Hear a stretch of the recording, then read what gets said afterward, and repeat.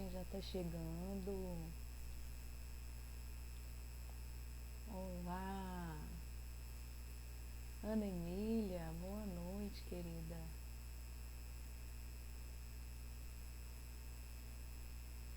Lena Luxulon. Esse nome eu não conheço.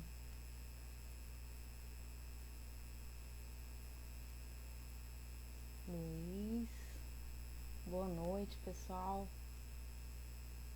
Estamos começando aqui, né? Nosso objetivo era começar 8h21, entrei 8h21 em ponto. E estamos aqui aguardando um pouquinho para o pessoal ir chegando, esperar nosso convidado de hoje, que é o Fábio Flores, para a gente conversar um pouquinho sobre a autenticidade aqui.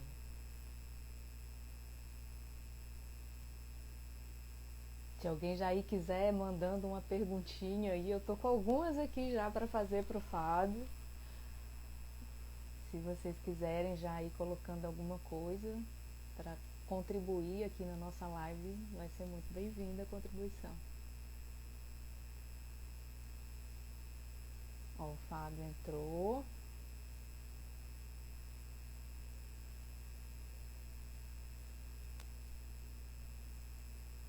Vou ver se ele solicita aqui a participação. Tudo bom, Fábio?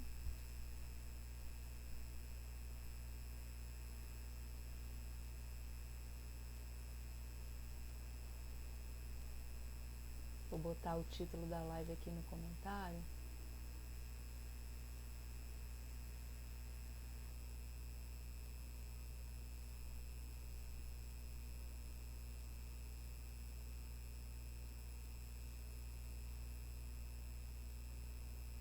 Vou fixar ele aqui pra gente.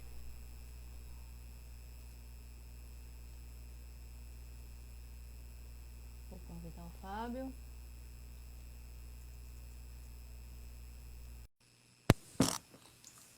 Ei, Fábio! Opa, beleza? Tudo jóia? Deixa eu ajustar minha câmera aqui, pera lá. Eu sempre dou uma vacilada aqui nesse.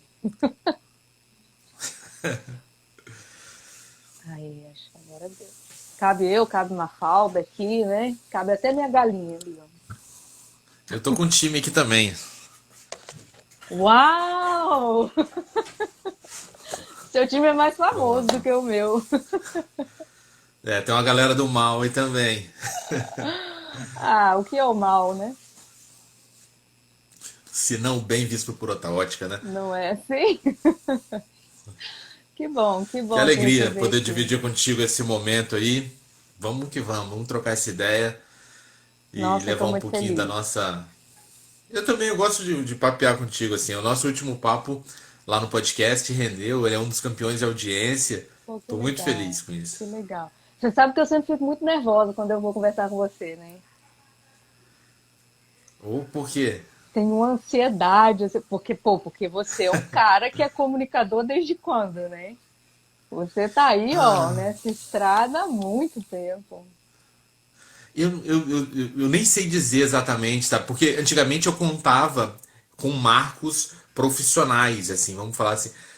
Quando eu Uhum, entrei nesse trabalho, então eu começo a contar aqui. Mas quando a gente começa a olhar para nossa história, a gente já fazia o que faz há muito tempo e não se dava conta. verdade, é Então verdade. não dá para medir, assim, igual quando fala do humor, em que momento que eu comecei o humor? Foi quando eu montei um grupo de comédia, foi quando eu fiz o primeiro show, foi quando eu gravei o primeiro CD, foi quando eu gravei o DVD. Não, cara, foi quando eu comecei a assistir, ouvir programas de humor na rádio com meu avô quando eu era criança. Ali a semente já estava sendo Que gerada. legal, E eu não me dava conta disso. que legal. Então é difícil falar esses marcos assim. Você também vai saber quando você começou na jornada da comunicação, né? Rapaz, isso é um negócio muito louco, né? Porque eu acho que isso começa na vida da gente antes da gente começar.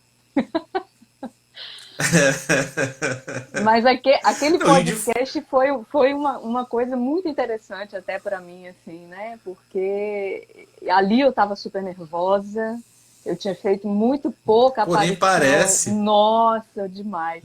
Eu lembro que você me fez uma pergunta e depois eu falei, caramba, eu não consegui responder a pergunta do Fábio. eu tinha vários exemplos para dar e eu não consegui dar naquele dia, porque realmente tinha coisas que fugiam. É claro que assim, depois no decorrer do papo a gente vai se soltando um pouco mais, mas no início eu estava Sim. travadona lá. Mas Que é legal legal ver saber isso. disso. Mas aqui, deixa eu começar a te apresentar aqui pro pessoal. Eu queria, antes até da gente começar a falar, eu queria dar um alô, por que eu escolhi esse tema, né? Assim, por que eu quis falar de autenticidade e convidei aí tantas pessoas para virem falar sobre isso comigo. Para quem me conhece, talvez alguém aqui não me conhece, eu trabalho com comunicação não violenta, é um dos meus principais temas que eu atuo. E a comunicação não violenta, eu gosto de falar dela como uma grande árvore que se divide em dois galhos, né? Um é a autenticidade, o outro é a empatia. E a autenticidade é uma coisa que eu venho estudando, aprofundando um pouco mais ultimamente, e, então eu achei interessante trazer pessoas para conversar sobre como a autenticidade se relaciona com essas especialidades que vocês lidam no dia a dia. E aí, claro, chamei um monte de gente que eu admiro para falar de um monte de tema diferente, né? E tive aí a satisfação do Fábio aceitar meu convite. Foi o primeiro que eu convidei, ele de pronto já aceitou. Fico muito feliz e grata, viu, Fábio, por você estar aqui e tal. Tamo junto. Bom, o Fábio, gente, é um multipotencial, né? Você faz um monte de coisas, né, Fábio? E eu te conheci como humorista, professor, e você estava ali começando, não sei se estava começando, mas me pareceu que estava, né? A trilhar esse caminho do desenvolvimento pessoal no curso de programação neurolinguística, né? Exatamente. Dali a gente fez o Master PNL juntos, a gente fez o coaching juntos, Isso. e a gente teve aí vários encontros durante de lá para cá, né, em que a gente pôde se divertir e se aprofundar em alguns temas. Então, um dos meus objetivos com você aqui é justamente que seja um papo divertido, mas importante, né, Sim. dentro do que você também tem se proposto a trabalhar aí na sua vida hoje. Então, eu fiz uma apresentação do que eu sei de você e agora te dou aí o espaço para você se apresentar, talvez melhor. Não, eu acho que já fez um bom resumo. Assim, eu só colocaria assim como adendo a essa apresentação de onde nasce tudo isso, né? Eu sou filho de um encontro muito mágico, né? Porque eu sou filho de uma professora aposentada hoje, uma professora que amou ensinar. E a relação que ela tinha com os alunos era de. Os alunos tinham uma admiração tão grande por ela, e ela um amor tão grande na entrega, pelo que ela fazia em sala de aula, pelas transformações que ela causava na vida daqueles alunos ali, que olhar aquilo me encantou. Por muitas vezes eu fui só para assistir ela dando aula, nem era aluno dela, ia só para assistir, para ver aquela magia acontecendo no palco da sala de aula. E aquilo me encantava, e naquele momento eu acredito que a semente de ser professor estava sendo germinada Que legal. ao vê-la dando aula. Por outro lado, meu pai, ele foi uma criança e um pré-adolescente que viveu muita violência doméstica. Viveu violência doméstica ao ponto de fugir de casa para não apanhar mais. Ele saiu de Minas, veio para o Espírito Santo sem conhecer ninguém aqui. Ele só queria ir para um lugar muito distante. Na cabeça dele, naquele momento, o Espírito Santo era muito Uhum. distante de Minas. Mal sabe ele que é só mais, mais uma região de Minas, é a É, praia de a Minas, né? praia, né? Ele saiu, veio para cá sem conhecer ninguém, sem estudos, teve que começar a estudar. Ele conheceu minha mãe, na época ele fazia supletivo ainda de Uhum. ensino fundamental, que na época era primeiro grau. Aí ele terminou aquilo, fez o do ensino médio. Eu lembro que ele fez, quando ele fez do ensino médio, né, que era o segundo grau, eu já era nascido, então eu vi, ele fez aquele à distância, ele comprava umas revistinhas e estudava. Eu achava aquilo tão legal, a vontade que ele tinha de aprender já, assim, Massa. ele já tinha mais de 30 anos naquele momento. Quando terminou aquilo, ele fez um vestibular, passou para federal no curso de Direito, curso competitivo direto, uma competição muito alta, ele passou. E eu via ele, o quanto ele era apaixonado por aprender. Porque ele tinha Legal. poucos momentos, ele trabalhava, tinha poucos momentos para estudar, Uhum. tinha pouquíssimo dinheiro para comprar livro, então cada livro para ele tinha um valor absurdo. Ele tratava com um carinho absurdo cada livro que ele tinha e os tempos que ele inventava para estudar, aquilo era fascinante. Então eu sou filho de uma mulher que amava ensinar com um homem que amava aprender. Aprender. Então, nesse meio ali eu me fiz, sabe? Que massa. E tudo que eu faço hoje, a gênese tá no DNA desse grande encontro. Então, para além daquilo tudo que você me falou, eu acredito que o que eu sou é filho da Dona Tudinha com o seu Geraldo. Que massa. Adoro isso. E uma coisa interessante, né, é que quando a gente busca ensinar também, a gente aprende mais. Então, a gente vai Totalmente. aprendendo o tempo inteiro, né? Eu te Legal. falo que a minha jornada no podcast é muito isso, sabe? Como existem estudos que dão conta disso, que quando você está partilhando conhecimento, seu nível de retenção de conteúdo é muito maior. Então, o que Aham. acontece? Quando eu estou partilhando, para além da minha vontade de doar ao mundo o poder de transformação que esses cursos que a gente fez, que as leituras que a gente fez, transformou a gente, eu Uhum. quero fixar mais conteúdo. Por isso que eu partilho com o mundo, assim, pela via do podcast. Então é como se eu estivesse fazendo a resenha daquilo que eu aprendi dentro do podcast, entrego, guardo mais para mim e ajudo a transformar o mundo de algum jeito. Que legal, que legal. A Maria está falando aí que receber é compartilhar. Eu concordo. Quando a gente recebe, a gente dá também. Isso é um aprendizado que eu tive e que não foi um aprendizado fácil para mim. Receber para mim era uma coisa difícil, acredita? Em E que sentido? naquela questão do não merecimento, sabe? Assim, não, Sim.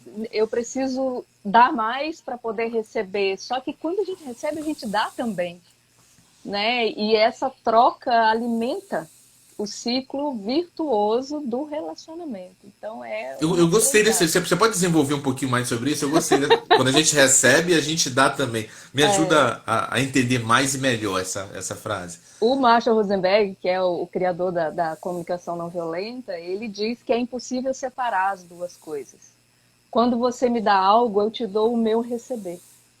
E isso pode Sim, ser sim, o maior genial. presente, Genial, não é? genial, Pois genial. é. Então um nutrir esse ciclo, né, de dar e receber e continuar num ciclo de abundância, de entrega e de aceitação. Então é maravilhoso. Mas Muito. vamos lá, estamos aqui, né, principalmente para a gente falar sobre autenticidade e sobre como isso impacta as coisas que você faz na sua vida, Fábio. E eu quero muito te ouvir. Né? Uma das provocações que eu coloquei ali na chamada para essa live é justamente que nós estamos passando por tempos muito sensíveis. Né? As pessoas estão muito sensibilizadas, então muitas vezes as palavras, por mais que às vezes o outro não tenha uma intenção de ferir, de machucar diretamente, as pessoas se sentem machucadas, se sentem feridas e eu imagino que isso deve estar deixando o trabalho dos humoristas muito mais difícil, né? Porque fazer humor até pouco tempo atrás também, a gente há de concordar aí que tinha uma carga pesada em cima de características pessoais, né? E isso realmente era Origem. origem, exatamente. Então, mas assim, de lá para cá, isso veio tomando uma proporção que me parece que agora o limite está sensível, está tênue, está difícil de perceber. Mas essa é a minha percepção. Sim. Então, eu quero ouvir de você como que é isso, e principalmente porque você vem caminhando muito nessa direção do cuidar do ser humano, né, de se preocupar com a empatia, com a compaixão. Como é que a gente mistura isso tudo, Fábio, e mantém o respeito, a empatia, a compaixão? Sim, você toca num assunto bastante sensível que é muito debatido hoje no meio do humor, que é essa questão do chamado limite do humor, até onde vai o limite do humor. Uhum. Muitos humoristas reclamando, mas o politicamente correto está acabando com a nossa possibilidade de trabalhar. E eu sempre que ouço isso, o julgamento que vem a mim é que é um humorista preguiçoso. sabe? Porque se você quer fazer as mesmas piadas que você fazia na década de 80, você tinha que ter feito lá, entende? Por que que Uhum. passaram-se aí 3 décadas e você ainda precisa fazer a mesma coisa que os outros fizeram? Cada tempo ele é regido por um conjunto de códigos morais. E Uhum. diante dos conjuntos de códigos morais do seu tempo, cabe a cada um de nós, não só no fazer do humor, mas nas nossas relações afetivas, nas nossas relações familiares, nas nossas relações profissionais, redimensionar a maneira que a gente se relaciona com as pessoas. Sim. Sabe? Até bem pouco tempo atrás, na minha escala de vida, deixa isso muito claro, você podia fumar dentro de um restaurante. Isso era absolutamente normal. Até dentro do Não, ônibus, né? dentro de avião as pessoas fumavam. Na sala de aula as pessoas É, fumavam e não existia nenhum constrangimento nisso. Sabe? Era um é. hábito, era algo tão banal e tão frequente, tão recorrente, que ninguém se chocava com isso. Ou seja, e a gente tem isso aí, eu imagino que sejam 20 ou 25 anos que eu estou falando, 25 anos atrás, isso Uhum. era bem comum. Mudou. Por que que nas outras dimensões, seja no humor, seja em outros braços da cultura, a gente não pode se desafiar a se relacionar melhor com os novos códigos morais do tempo que a gente está vivendo? Não Uhum. faz mais, não faz mais nenhum sentido, assim, você precisar diminuir alguém para fazer outras pessoas acharem aquilo engraçado. É Sim. constrangedor. É muito constrangedor. Como você conhece um pouquinho da minha jornada, eu montei o primeiro grupo de humor stand-up comedy do Espírito Santo. Uhum. E quando eu montei a gente fez, errou muito, Leilani. A gente errou demais. Mas porque a gente não tinha referência. Não existiam vídeos no YouTube sobre stand-up. Não Aham. existia ninguém fazendo aqui. Existia um pouquíssimo material produzido. Então a gente aprendeu fazendo. Erramos demais. Eu caí em muitas dessas esparrelas e nesses atalhos do humor, não nego, mas com o tempo eu fui aprendendo e fui me distanciando dessas armadilhas que precisam rebaixar alguém para colocar alguém em condição de destaque e condição de riso para outras pessoas. Porque sempre que eu vejo isso, eu imagino o seguinte, né? Imagina você num show, você convida o teu marido, teus filhos, né? Para assistirem uma apresentação, você se arruma, você sai de casa, você pega o carro, você arruma um lugar para estacionar que é difícil, paga ingresso, paga estacionamento, paga as coisas que estão ali. Você buscou aquele momento justamente para ser um momento de lazer, de leveza, de, sabe, um Uhum. descarrego, vamos colocar assim. E chega naquele lugar, uma pessoa te escolhe por uma característica que ele julga ser risível e faz você virar o alvo de um conjunto de piadas. Olha o nível de maldade que É, está presente nesse ato, sabe? Então, isso tudo começou a me fazer repensar a minha atuação no humor, as estratégias de construção de situações cômicas e assim por diante. Tanto é que eu me afastei até de shows, sabe? Hoje em dia eu faço raríssimos shows. uhum. Eu não, os shows que eu faço é participação em shows de amigos, assim, sem divulgar, eu só vou lá só para treinar, sabe? Eu não, porque o fazer me constrangeu demais. Eu vi humorista, Elaine, ir ao STF para pedir o direito de chamar negro de macaco em piada. Que Quando isso? uma pessoa. Humorista famoso de televisão, hein? Quando você chega a esse nível, você vê. Tá tudo muito errado. Eu comecei a ficar constrangido de receber esse rótulo para mim. Então, ao invés Entendi. de ser humorista, eu me coloquei como um palestrante humor motivacional.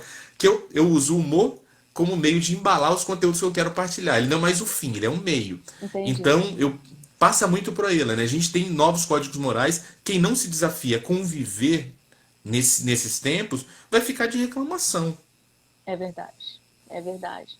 E eu vejo assim que algumas pessoas já estão fazendo esse caminho, né, Fábio? Já estão buscando se transformar.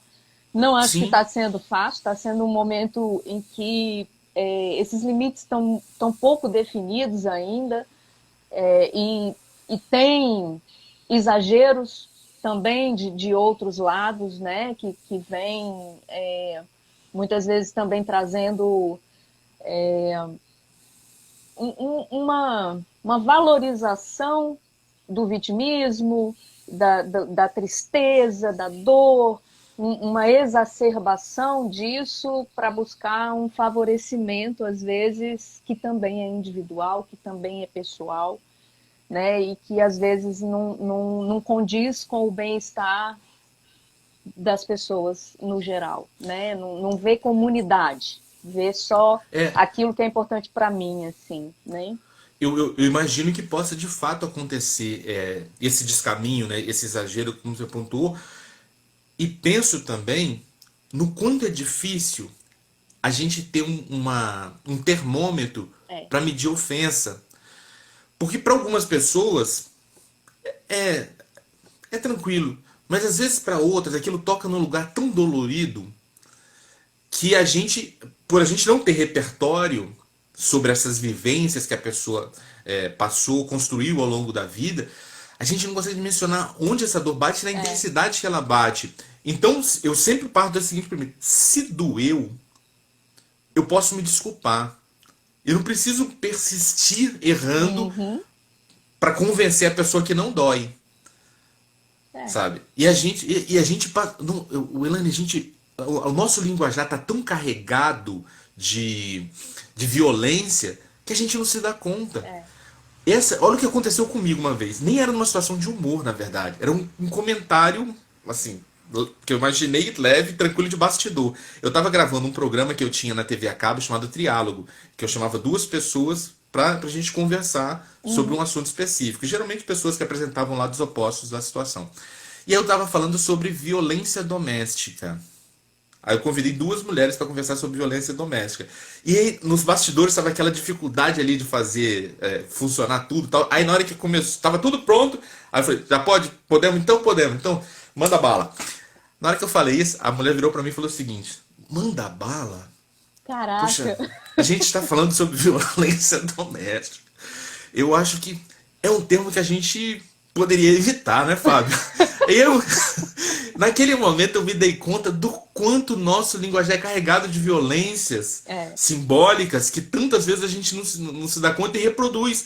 Porque a gente naturalizou a violência como uma constante, um elemento presente no nosso dia a dia, é. sabe? Então a gente esqueceu.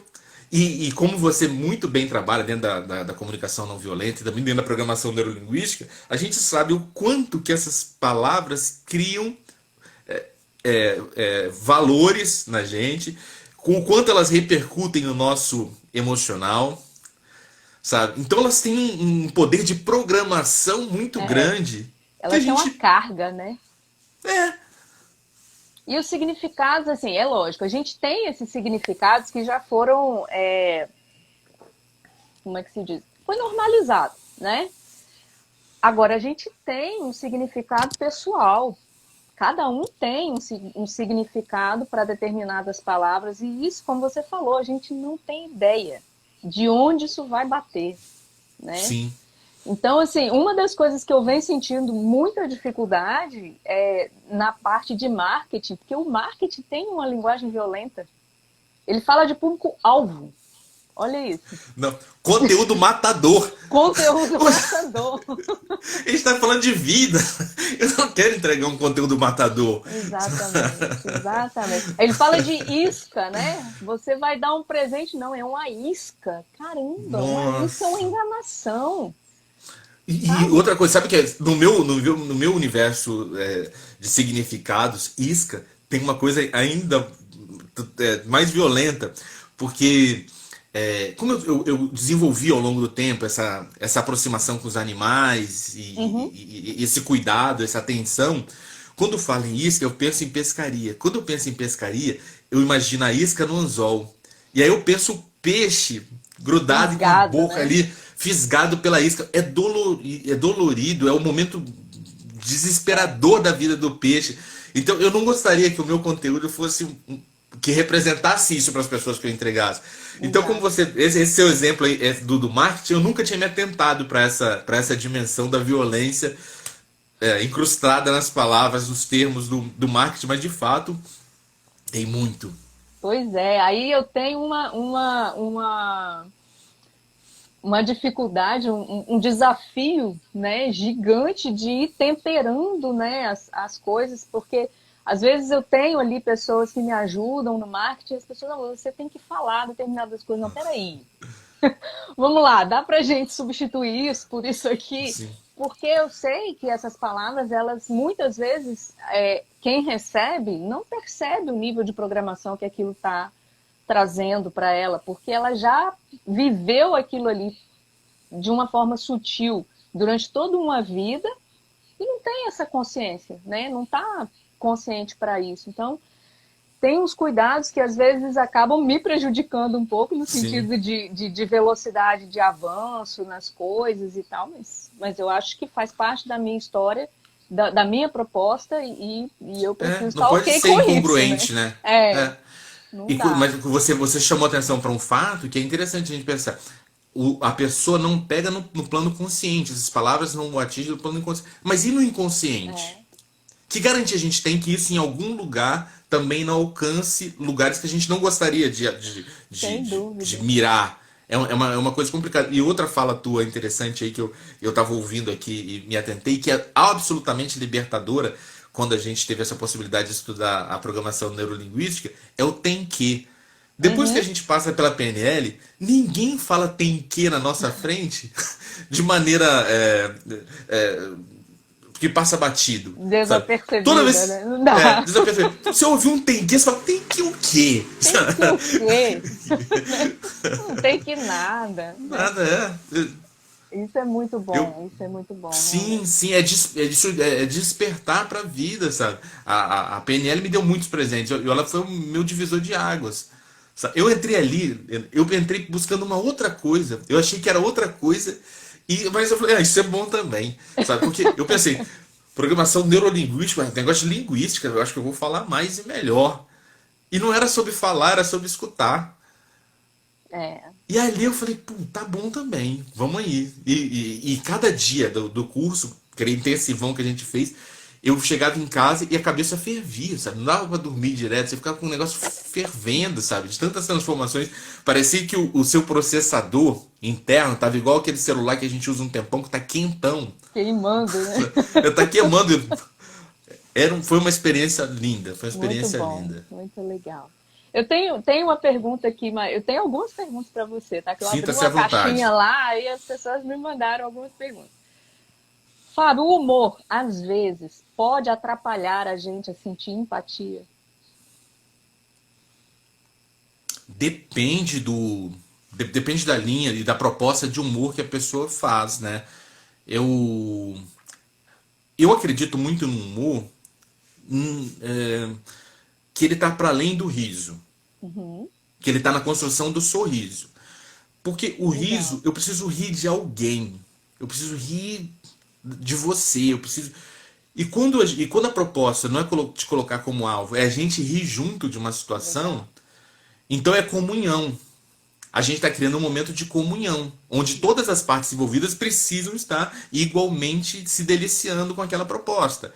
Então, nesse sentido, eu acredito que seja um riso, um sorriso, um humor integrativo, sabe? Então, nesse sentido, não. Eu acredito que é um elemento de empatia muito grande. Sobretudo quando a gente pensa o humor sobre a ótica da palhaçaria. Você teve curiosidade em pesquisar sobre a palhaçaria? Eu já vi algumas coisinhas. Não vi muito, não, mas eu Sim. sou muito, É uma eu sou uma filosofia. admiradora daquilo, viu? É uma filosofia completamente ligada ao ideário da CNV. Porque dentro da palhaçaria existe um conceito de autenticidade muito latente. Ou seja, o palhaço ele não pode aparentar ser, ele precisa ser em sua essência plena, sem vergonha nenhuma daquilo que as pessoas antes classificam como defeito e muitas vezes é apenas uma singularidade. A gente esconde as nossas singularidades com as nossas máscaras sociais para poder tocar o nosso dia a dia e ficar igual a todo mundo. O palhaço ele se permite ser singular no seu conjunto de singularidades. A prova disso é a ideia até do nariz do palhaço. Você já ouviu falar da história do nariz do palhaço? Não, O conta que aí. é o nariz do palhaço? Ele é a menor máscara do mundo. Porque ele esconde o nariz para revelar um ser humano por inteiro. Que massa. O convite que o nariz do palhaço faz é chamar a tua atenção ali pro olhar. Toda a magia está aqui. Toda a magia está aqui. Você se conecta olho no olho integralmente, sem máscaras, sendo exatamente você. Que Porque quando bacana. a gente pega a ideia do circo, por exemplo, você vai ver pessoas assim fazendo coisas sobre-humanas. Você Uhum. imagina um malabarista, ele está desafiando, o trapezista, ele está desafiando as leis da gravidade. A mulher Uhum. elástico está desafiando os limites do próprio corpo. Todo mundo ali faz alguma coisa de super-homem ou de Mulher Maravilha. O palhaço é o único que se permite errar. Ele erra e faz do erro um espetáculo. É, o sucesso está ali no erro, né? Por que que tá ali? Porque a gente se identifica com ele, que a gente erra também. É verdade. A gente erra e lida mal com o erro, ele lida bem. Sabe? Então, a filosofia que está por trás da arte da palhaçaria, ela é extremamente calcada na ideia de autenticidade. A gente não consegue criar um vínculo verdadeiro com ninguém usando uma máscara que seja desconfortável. Que bacana isso. Que Sabe? legal. O que eu vejo no dia a dia são muitas pessoas usando máscaras as mais variadas possíveis, só que elas não conseguem sustentar essa máscara por muito tempo. Elas ficam como se fosse um elástico folgado e você percebe que tem uma coisa ali atrás e a tua curiosidade deixa de ser sobre a pessoa e sobre o que ela está escondendo. É. E é muito E aí a cansativo conexão não sustentar acontece. isso, né, Fábio? Nossa, absolutamente. Você sabe que eu conversei outro dia com um cirurgião plástico, e ele falando que os desafios que os cirurgiões plásticos estão tendo hoje é convencer os clientes e as clientes que não dá para fazer no rosto delas o que o filtro do Instagram consegue. Caramba. Meu Porque cabeleireiro falava isso já.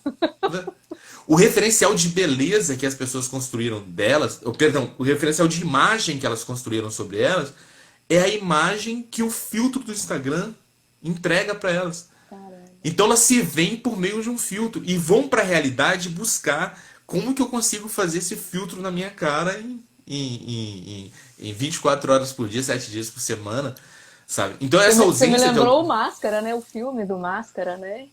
Eu nunca tinha pensado sobre essa ótica, mas é isso. É isso, É, fazer sabe? Então aquilo virar você, aquilo, você ficar impregnado daquilo e nunca mais sair, né? é que é muito mais Louco confortável, isso, né, né? Elaine? Você trabalhar com a tua, lidar com a sua autenticidade, sabe? Você poder ser você sem Nossa, mar. Pô, meu Deus! errei, pô, vamos com erro, faz o erro virar parte do teu espetáculo.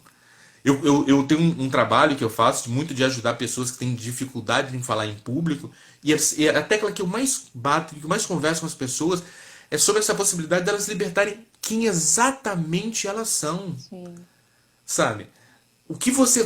Que as pessoas que me procuram muitas vezes são pessoas que na conversa um a um são pessoas extremamente agradáveis e envolventes. É na hora que chega na frente de um monte de gente que ela tenta ser o que ela não é. Uhum. E aí todo mundo percebe e ela também percebe que não está sendo ela mesma. Então não tem como criar. Então quando a pessoa se dá Não essa dá, não permissão conecta, né? Não, não de gera jeito nenhum, conexão, né? sabe? E nada como ser singular, porque na tua singularidade reside elementos da singularidade de alguém também. E quando essa pessoa que está na plateia olha, cara, eu sou desse jeito, olha só, poderia ser eu ali na frente. É verdade. Esse estalo faz aquela, você ganha aquela pessoa de maneira definitiva. É a E a gente conexão fica humana, né? escondendo. É o lado humano, né? É isso que conecta a gente. O super-humano não conecta.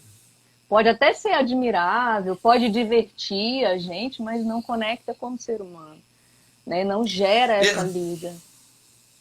eu tenho uma coisa que eu observo muito no nosso meio, de pessoas que lidam com o desenvolvimento humano, de alguns profissionais da nossa área vestirem uma roupa de super-homem, de tudo dar certo com eles.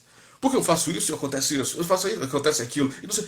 A pessoa não admite que na vida dela tem uma falha, que não tem um erro, que ela não acorda mal num dia.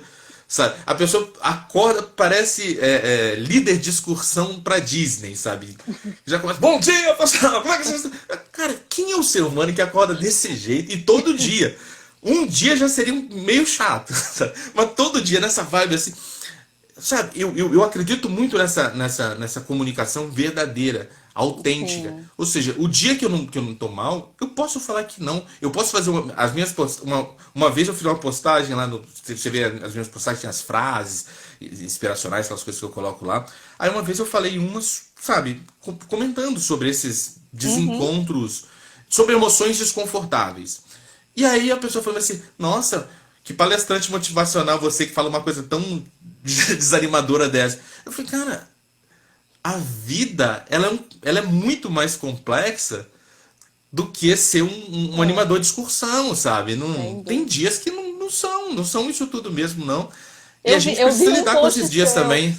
uma dessas frases suas do caderno que você faz aí, falando tudo bem ter um dia ruim, né? Adorei aquilo ali, porque todo mundo tem seus dias ruins, né? E não é um só não, muitas vezes são Sim. vários, né? E tudo bem também, estamos aqui, né? Somos seres humanos, estamos vivos. Se a gente não sofre, se a gente não sente dor, nós não estamos vivos, né? E a Ou gente somos nem robôs, sabe. ou já morremos, né? É, e se a gente não se permite viver a dor, a gente não consegue nem dimensionar o quanto é bom o prazer. É isso aí. A gente Não. perde o contraste, né? Você precisa do contraste. Como é que você Então, define, né? Não consegue é, entender aquilo, é verdade. Tem uma frase sua, eu anotei algumas frases aqui até que pra bom. gente conversar, né? E eu gosto de acompanhar, acho muito legal.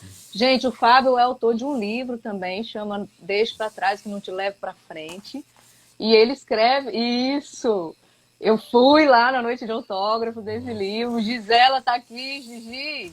Ela até falou aqui, né, quando você estava falando dessa coisa da pessoa usar a máscara, que ela fala, tá, olham muito para fora, né? Não olham para dentro. Gisela, querida. Mas eu Ela é peguei. fantástica. E eu conheço Gisela desde adolescente, né? Tem um pouquinho de É tempo. mesmo? Eu fiz escola técnica com a Gisela. Olha só, rapaz, Nós escola estamos ali técnica na é um casa. celeiro de genialidades, né? Aqui no Espírito Filei muito Santo. almoço na casa dela. Olha, falou, eu super recomendo o livro. Eu também, super recomendo. E esse caderno que você escreve, que você coloca no Instagram também é muito bacana, né, Fábio? Essas frases que você traz, como frases motivacionais, mas que trazem essa realidade, né? Tudo bem ter um dia ruim, né? Nós somos seres humanos e estamos aqui para isso e tal. Você falou uma coisa que eu gostei muito também e que eu acho que tem muito a ver com essa questão da autenticidade, que eu achei engraçada e achei muito legal, que é felicidade é coisa de gente sem vergonha. Exatamente, essa é uma frase que eu me orgulho pra caramba. Assim, eu acho foi um momento bacana. A minha sogra, quando viu eu escrevendo, né? Ela tá aqui em Nova Almeida com a gente. Quando ela viu eu escrevendo, falou bem assim: Não acredito que você vai colocar uma coisa dessa na internet. Eu falei: Por quê? Você tá estimulando sem vergonhice? Eu falei, eu tô. Aí ela falou, como assim? Aí eu falei assim, não, assim, a gente se coloca no meio de tantas amarras, a gente tem vergonha de ser feliz, a gente não se permite, porque a gente é educado, fala, olha, não ri alto, porque rir alto é isso. Ah, não brinca não, porque você já passou da idade de brincar. O tempo todo as pessoas estão querendo censurar a nossa relação com a alegria. É, E isso é de uma violência simbólica e real tão intensa que a gente vê, por exemplo, no meio corporativo, as pessoas acreditam que sisudez é sinônimo de competência. Não, você não pode rir no seu trabalho, não. Pô, se você rir, ninguém vai te levar a sério. é, Como se compromisso tivesse a ver com seriedade nesse campo semântico que a pessoa está atribuindo e não tem nada a ver. Sabe, eu passei por professores maravilhosos, extremamente competentes, que sabiam sorrir, sabiam brincar, sabiam envolver. Eu trabalhei no Banco do Brasil um tempo da minha vida, quando eu era adolescente, e tinha uns gerentes assim, em níveis elevadíssimos, que eles preservaram neles a habilidade de sorrir, se relacionar que bem, e bom. tinham outros que eram altamente incompetentes e sisudos. A gente vê, por exemplo, no meio do relacionamento, as pessoas falam assim: eu quero um relacionamento sério. Eu quero um relacionamento engraçado. Eu Eu quero também. ter liberdade para contar uma piada sem graça para a pessoa que está comigo. Eu quero rir de coisa boba, sabe? Com a pessoa que tá comigo. Se eu não tenho liberdade para rir de coisa boa, com a pessoa, boba, com a pessoa que tá comigo, eu vou ter com quem? Gente, Sabe? pelo O amor de Deus. relacionamento sério é diferente do relacionamento comprometido. Eu posso ter muito compromisso com a pessoa que eu vou me relacionar e me divertir com ela. Só que a gente já pune a alegria no nosso discurso. A gente coloca um peso semântico sobre a palavra alegria como descompromisso, É. como incompetência, uma série de elementos nocivos e a gente não se dá conta de por que nossa, o mundo está ficando tão triste. Sim, porque eu estou aceitando a tristeza que o mundo me impõe em algum nível. Por que não se revoltar? Revoltar no sentido de você criar uma revolta. Você voltar aos tempos que você era alegre. Sim. Revoltar ao tempo em que você se permitia sorrir, que você permitia brincar. E essa ludicidade, né, Fábio, ela tá na raiz da criatividade. Então, os Total. relacionamentos que são sérios demais, das pessoas que não se permitem sorrir, brincar juntos, né, se divertir juntos, eles se tornam chatos, enfadonhos, porque não tem criatividade, não tem, porque isso abafa, né, a nossa. E o que é a criatividade, se não a nossa capacidade de criar? Ou seja, a gente abafa, inclusive, a nossa produtividade. Então, no Einstein ambiente dizia de que. trabalho também, né? Isso é Sim, prejudicial. Einstein dizia que criatividade é inteligência se divertindo. Isso, exatamente. É só isso. Eu só consigo pensar criatividade assim, sabe? É- é- são os seus neurônios no play center. Gostei dessa, hein? Acho que essa dá pro caderno, Pensei dá para agora. botar. Dá agora. Pensei agora. Acho que eu vou escrever amanhã. Boa, boa, gostei. Fábio, eu tenho mais umas perguntas aqui. Antes de eu fazer as perguntas, eu queria tirar um tempinho aqui para falar um pouquinho no meio aqui dessa conversa, que esse convite que eu fiz para você, que eu estou fazendo para essas pessoas, e essa ideia de trazer essa conversa sobre autenticidade agora, isso faz parte de um projeto que eu tô começando, que eu quero fazer, ajudar as pessoas a trazer à tona essa autenticidade, essa essência, né, que muitas vezes fica abafada por essas normas sociais, por esses tem que ou não tem que, ou você não pode, né, e que acaba destruindo sonhos, destrói vidas, destrói carreiras criativas que poderiam ser criativas e tornam muitas vezes as pessoas robotizadas e colocam as pessoas num caminho desresponsabilizante. Por quê? Porque, na verdade, a gente coloca essa responsabilidade lá fora. Não, a sociedade exige de mim que eu seja assim, a minha profissão exige de mim que eu seja assim, e eu me desresponsabilizo pela minha vida, né? Por ter uma vida criativa e natural e rica, né? Em produção, em criação. Então eu quero fazer eu vou fazer um workshop e essa série de lives eu acredito que vai me dar subsídios para me ajudar a construir isso. E a ideia, então, de trazer essas conversas é justamente a gente incrementar esse assunto para a gente poder trabalhar isso depois. E uma das frases que me inspira, né, uma das coisas que muito me inspira a trazer esse assunto e ajudar as pessoas a expressar essa autenticidade, é uma frase da Brené Brown, que tem no livro A Arte da Imperfeição dela, que depois eu acho até que ela repete nos outros, que diz que a autenticidade, você falou um pouco disso agorinha, a autenticidade é a prática diária de abandonar quem nós pensamos que devemos ser e assumir quem nós realmente somos. Isso facilita a nossa vida imensamente, porque a gente não tem que ficar sustentando essas máscaras que ficam saindo, né, que ficam fugindo aqui do lugar, e nos permite ser excelentes no que nós somos. Porque quanto mais a gente é autêntico e traz a nossa essência, mais a gente tem paixão no que a gente faz e aumenta a possibilidade da gente ser excelente no que a gente faz. E de construir relacionamentos fortes e duradouros, né? Porque a gente não precisa abandonar partes de nós e assumir personalidades que a gente acha que são mais interessantes para poder estar do lado de alguém, né? Para poder construir um relacionamento verdadeiro com outra pessoa. Isso, para mim, hoje, eu acho que é uma das grandes propostas que eu trago para ajudar as pessoas com quem eu trabalho, com quem eu atuo, a se posicionar mais diante da vida como elas mesmas, né? Então, fiz aqui minha propaganda. Não, muito Obrigada. válido mesmo, muito válido mesmo. Eu acho que esse é uma busca que as pessoas estão se permitindo com mais frequência nos tempos atuais. Eu não sei se como leigo, eu poderia imaginar assim, que esse processo que a gente passou de pandemia fez muitas pessoas se depararem com a finitude. Seja das pessoas que estão ao seu entorno ou como da sua própria finitude. Todo mundo viu o quanto que é frágil, o quanto isso tudo pode se desfazer de Sim. uma hora para outra, em qualquer idade, com qualquer saúde e assim por diante. E aí o que acontece? As pessoas adiavam muito os planos porque elas pensavam, depois que eu aposentar eu faço isso.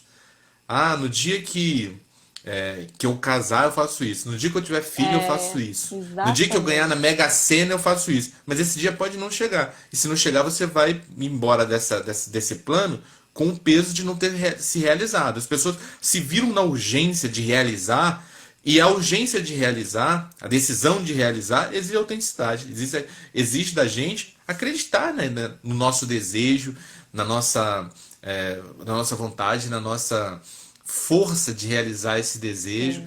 e de não se prender mais ao julgamento das pessoas. Tantas pessoas ficaram presas a casamentos, a empregos concursados, é, a tantos outros ideais, sem passaram tanto tempo vivendo isso aí, não vivendo a sua essência, não sendo quem de fato são, porque elas estavam presas a esses valores, a essas expectativas que muitas vezes são de outras De pessoas. outros, Então, né, eu penso que é um caminho, é uma busca que você vai encontrar muitas pessoas para poder realizar o workshop. Quando você falava da fase da Brené Brown, eu lembrava de um outro elemento também interessante da gente pensar nesse processo de construção da nossa autenticidade, que é tão importante de não tentar ser o que as outras pessoas esperam, é não tentar ser o que a nossa voz crítica espera que a gente seja. Porque em muitos momentos a gente acredita que nós somos os nossos pensamentos. E nós não somos os nossos pensamentos. Nos nossos pensamentos existem partes de nós que têm intenções até muito positivas, intenções valiosas de proteger a gente, que colocam a gente em diálogos internos que são bastante nocivos, que questionam a nossa competência, uhum. o nosso carisma, a nossa habilidade e assim por diante, e a gente fica acreditando naquela voz, acreditando que nós somos esse pensamento. E nós não somos. Aquilo lá é só uma advertência, é só um lembrete. Muito Então, bom. a maneira como a gente se relaciona também com os nossos pensamentos vai fazer da gente pessoas mais leves e mais autênticas. Sem dúvida, Fábio, sem dúvida. O Marshall Rosenberg costumava dizer, né, que os pensamentos são traiçoeiros, né? A gente não deve confiar muito neles, não. Que é muito mais confiável o coração, né, o seu sentimento, porque esse é natural e verdadeiro. O pensamento, muitas vezes, como você bem falou, ele vem de fora, né? A gente compra, a gente assume o pensamento de outro, pessoas muitas vezes que a gente admira, né, que a gente vê que teve um determinado sucesso na vida, conquistou coisas que talvez a gente também deseje e tudo mais, e aí a gente acha que tem que pensar igual àquela pessoa, né? E aí a gente começa a seguir aquilo sem questionar se aquilo realmente é o que eu penso, né? Se aquilo está de acordo com aquilo que a gente tem como importante para nós. E aí é onde a gente se distrai e foge de nós, né? A gente se afasta de nós, a gente se aliena, como diz o macho, a gente está alienado de nós mesmos. E aí, olha só que mágico, né? Quando a gente fala, a gente se distrai, distrair traz no seu verbete a palavra trair. Então, essencialmente, distrair é um processo de traição. Olha só, que interessante isso, né? Do quanto a gente se permite fugir de uma intenção e de um propósito. Então, distrair é muito isso. É você conseguir trair tudo aquilo que você planejou, seu sonho, seu desejo, sua missão, seu propósito, seus valores Porque com você põe sua atenção em a outros fumaça. lugares, É, né? aquela Exatamente. fumaça que tá ali no, encobrindo tua visão. Sem dúvida, sem dúvida. Então, esse é eu acho que é um caminho assim importante da gente trazer de volta, sabe? Porque até essa vida virtual que a gente está vivendo muito hoje em dia, ela favorece essa distração, ela favorece esse colocar a atenção lá fora, sair da gente, entendeu? E colocar lá fora. E agora tem um ponto que eu queria tocar com você aqui, que eu acho que é um ponto que a gente precisa ter um certo cuidado quando a gente fala de autenticidade, e que você também trouxe um dia desse em uma das suas frases. Deixa eu ver se eu anotei essa aqui. Você trouxe sim. Você fez uma pergunta: até que ponto a sua personalidade forte é um apelido para sua grosseria? E aí é que eu trago também essa questão que muitas vezes a pessoa, em nome de uma autenticidade, de ser verdadeira e tal, na verdade ela está sendo grosseira, né? Ela está agredindo o outro. E como que você vê esse cuidado que a gente precisa ter na hora de trazer essa autenticidade, Fábio? Eu acredito muito no caminho da empatia, né? Uma estratégia que eu imagino, que eu acredito ser empática, é sempre que a gente inicia um diálogo, a gente tem em mente qual o resultado que eu quero dele. Sabe? Uhum, Se você está conversando com um colaborador seu, você quer melhorar um processo, ou você quer melhorar a performance dele, ou você quer melhorar um valor dele. Então, meu foco em como que eu vou entregar isso de uma maneira que essa pessoa se sinta, perceba que eu estou entregando para ele uma informação que ele ainda não possui, uhum, que eu consigo olhar o processo dele, a relação dele, a maneira de proceder, de um ângulo que ele ainda não consegue se enxergar. uhum. Então, ter essa leveza de você apresentar isso dentro do seu relacionamento afetivo, dentro das suas relações acadêmicas, relações de trabalho, assim por diante, passa por isso. Eu quero ajudar a tornar um processo melhor, uma pessoa melhor, então eu tenho que usar melhores palavras. Eu tenho que usar as ferramentas que a CNV apresenta de esclarecer sempre que aquilo o que eu estou dizendo é só o meu ponto de vista. Do lugar que eu vejo assim. Isso, uhum. Ótimo. Sabe? Então eu imagino que passe por esse caminho, sabe? De uma construção de uma ponte empática, verdadeiramente empática. Eu tenho um objetivo para além do dizer. Isso aí. Eu acho que essa consciência do que eu estou desejando, né, com essa conversa, com essa interação, e como eu expresso isso a partir de mim, né? Porque quando eu falo de mim, é diferente de eu falar você está fazendo não sei o que errado, ou você é uma pessoa muito desleixada. Na verdade, eu estou partindo de lá, eu saio de mim, né? E me torno um juiz que capaz de enxergar tudo que a pessoa está fazendo de certo ou errado e determinar o que é errado, o que é bom, o que não é. Né? E aí a possibilidade de isso dar ruim, né? Dessa comunicação, ir para um lugar que não é o que eu desejava, aumenta muito. Então, aí as pessoas falam, mas eu só estou falando a verdade. Pode até ser que seja verdade, sim, mas é a sua verdade, Sim, sim. né? E, e dos dois lados, né? Às vezes a gente. Eu vejo. Foi essa semana, no final da semana passada, eu passei por uma situação de que. Sabe aquele ponto cego quando você está dirigindo o carro? Uhum. Tem algumas situações que você não percebe. Eu, num ponto cego, eu não dei aquele tempinho de avaliar, joguei o carro. Assim, nisso que eu joguei, eu quase derrubei o motociclista.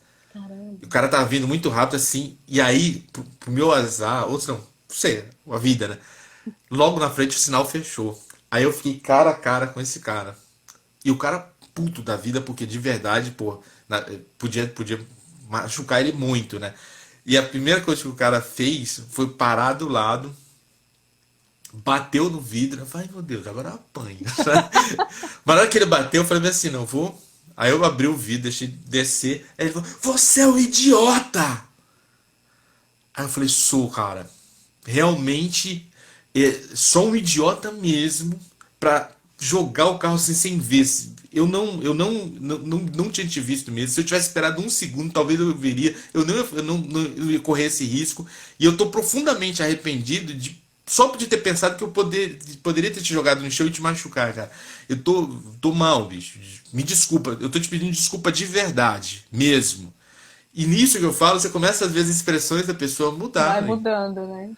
As pessoas ele foi derretendo, a expressão dele foi derretendo na minha frente. E o cara falou: Não, não, tranquilo, cara. Isso acontece mesmo. Valeu. É. Você imagina, daquele lançar agressivo que eles colocam. Por quê? Naquele momento, qual era o meu diálogo interno? Qual era o meu objetivo com aquela conversa?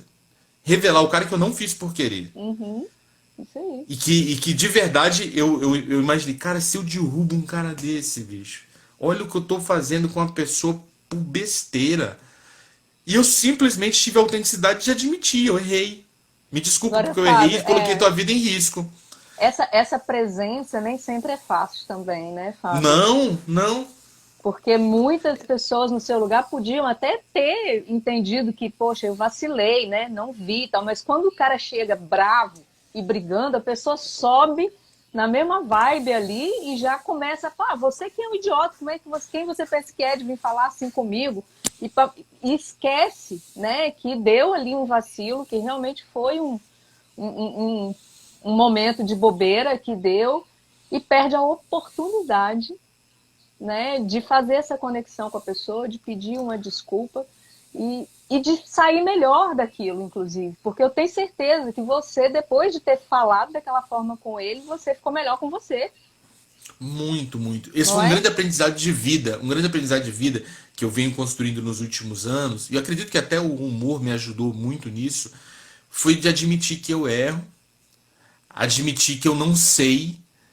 Assim, eu fui criado, educado na academia para dar respostas, porque eu sou professor, eu tenho que Aham. saber. Então as pessoas me perguntavam alguma coisa e eu respondia. Às vezes sem segurança, mas passando segurança. Falei, cara, será que é isso mesmo? Depois eu ficava dias pensando, cara, e se aquilo não é? Aí eu ia pesquisar, falei, pô, falei besteira, cara, não é aquilo. E aí já não dá pra voltar e chamar a pessoa de É, novo. Imagina uma palestra. Você tá fazendo uma palestra, você fala aquilo, aí você, pô, se eu nunca mais vou encontrar a pessoa, ela vai ficar pra sempre com a impressão que eu falei uma besteira. Hoje, a coisa mais leve pra mim é que a pessoa pergunta uma coisa e eu falo, não sei.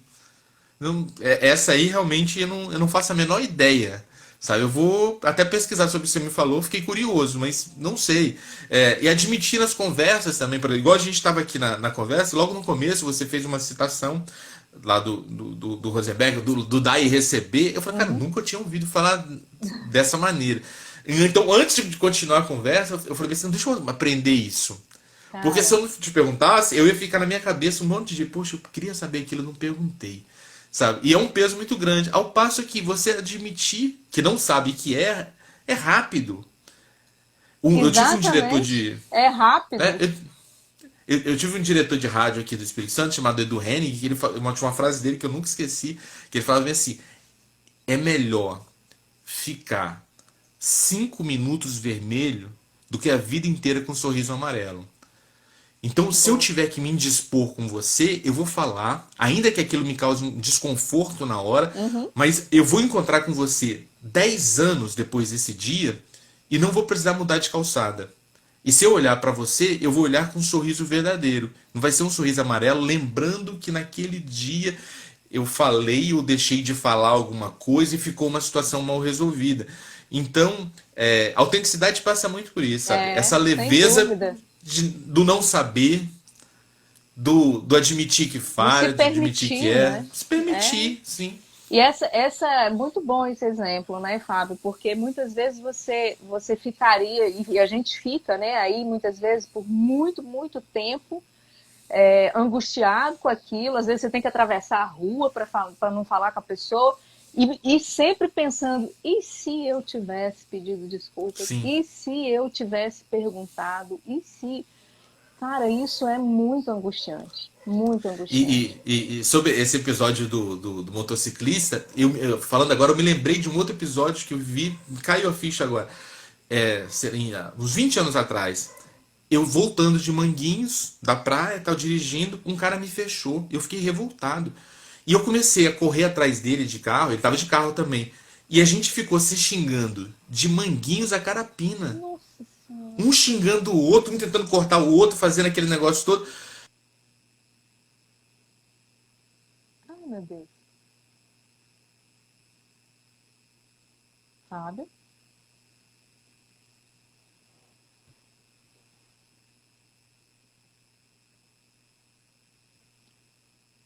Oi? Oi, oi, oi.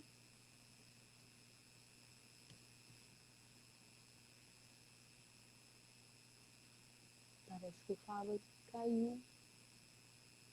Fábio Flores caiu. Pessoal, vamos esperar ele voltar aqui, porque ele está contando uma história interessante, né?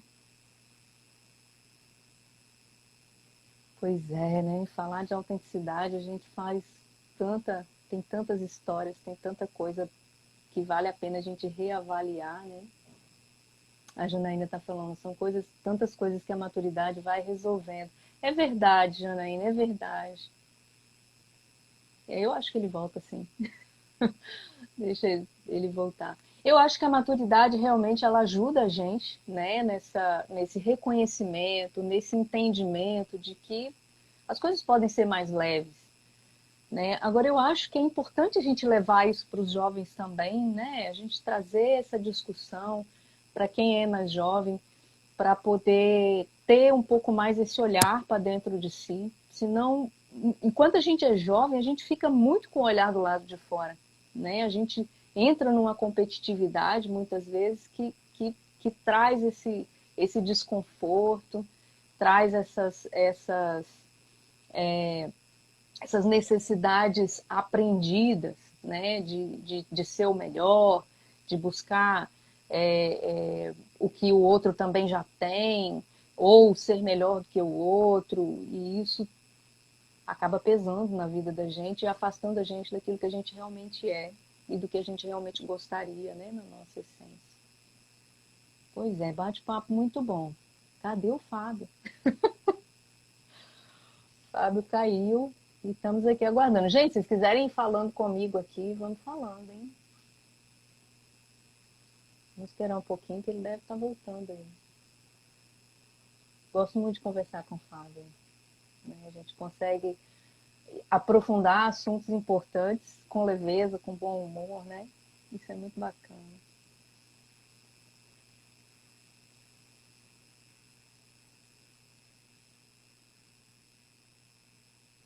Estou aguardando aqui, ver se o Fábio volta. Perguntar por ele aqui.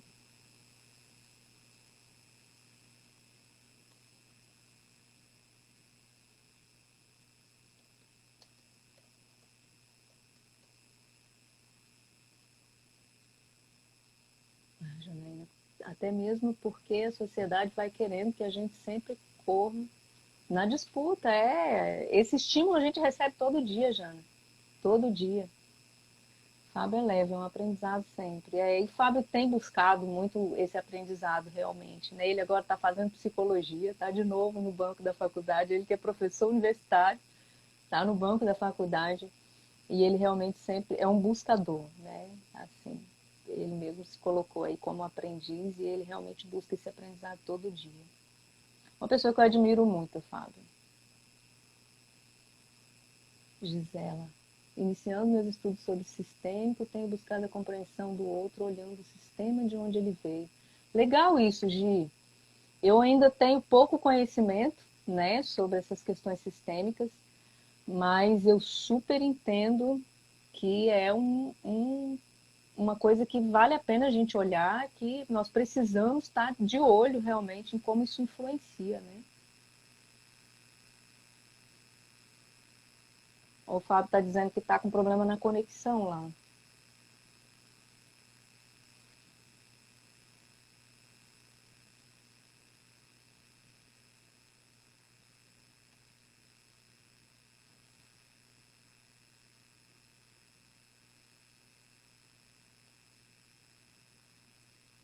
Ixi, ele falou que ele saiu e voltou, mas não estava carregando o vídeo para ele. Só o áudio. Gi, olhar o contexto torna tudo mais leve. É verdade, quando a gente amplia, né, o olhar, fica mais leve realmente. E explica algumas coisas também, né, que muitas vezes a gente carrega na nossa individualidade, a gente pesa muito, né, e quando a gente observa que isso tem outras ramificações, a gente se sente mais parte, né? Menos isolado num problema, digamos assim, principalmente quando a gente fala de problemas, a gente se sente menos isolado e mais pertencente.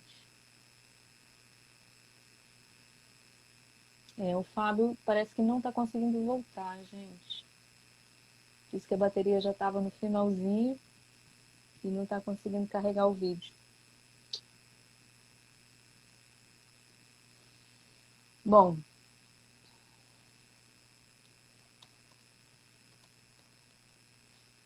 acho que então vou finalizar aqui essa live. Uma pena que o Fábio não conseguiu voltar, né? Mas quem sabe a gente faz uma outra, né? E aí a gente dá continuidade. Eu quero deixar aqui o convite para vocês de estarem aqui de novo na quarta-feira. Eu vou conversar com o Val, meu grande amigo Val, José Val Fonseca, e a gente vai falar sobre coragem, né? Ele é uma pessoa que eu admiro muito pela coragem. Ele fez muitas mudanças difíceis na vida dele e eu acho que ele vai trazer para a gente histórias lindíssimas aqui de superação e de coragem. Então, eu convido vocês para estarem. Ah! Chegou! Ele chegou! Espera lá, deixa eu ver aqui.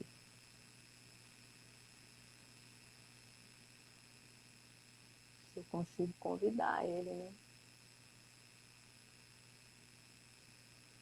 Não estou conseguindo convidar ele aqui. Bom, de qualquer maneira, então, a gente vai encerrando aqui e a gente fica para uma continuidade aí numa próxima. A Gi tá falando que foi super bacana, sempre muito bom ver vocês. Que bom, Gi, sempre bom estar aqui com você também. Fábio, eu não estou conseguindo te convidar para você voltar aí. Não sei se você consegue entrar pelo computador, né?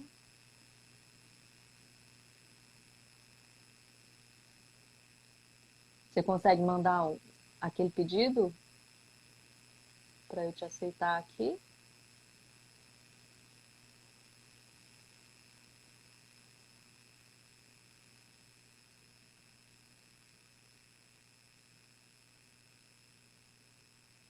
Não sei.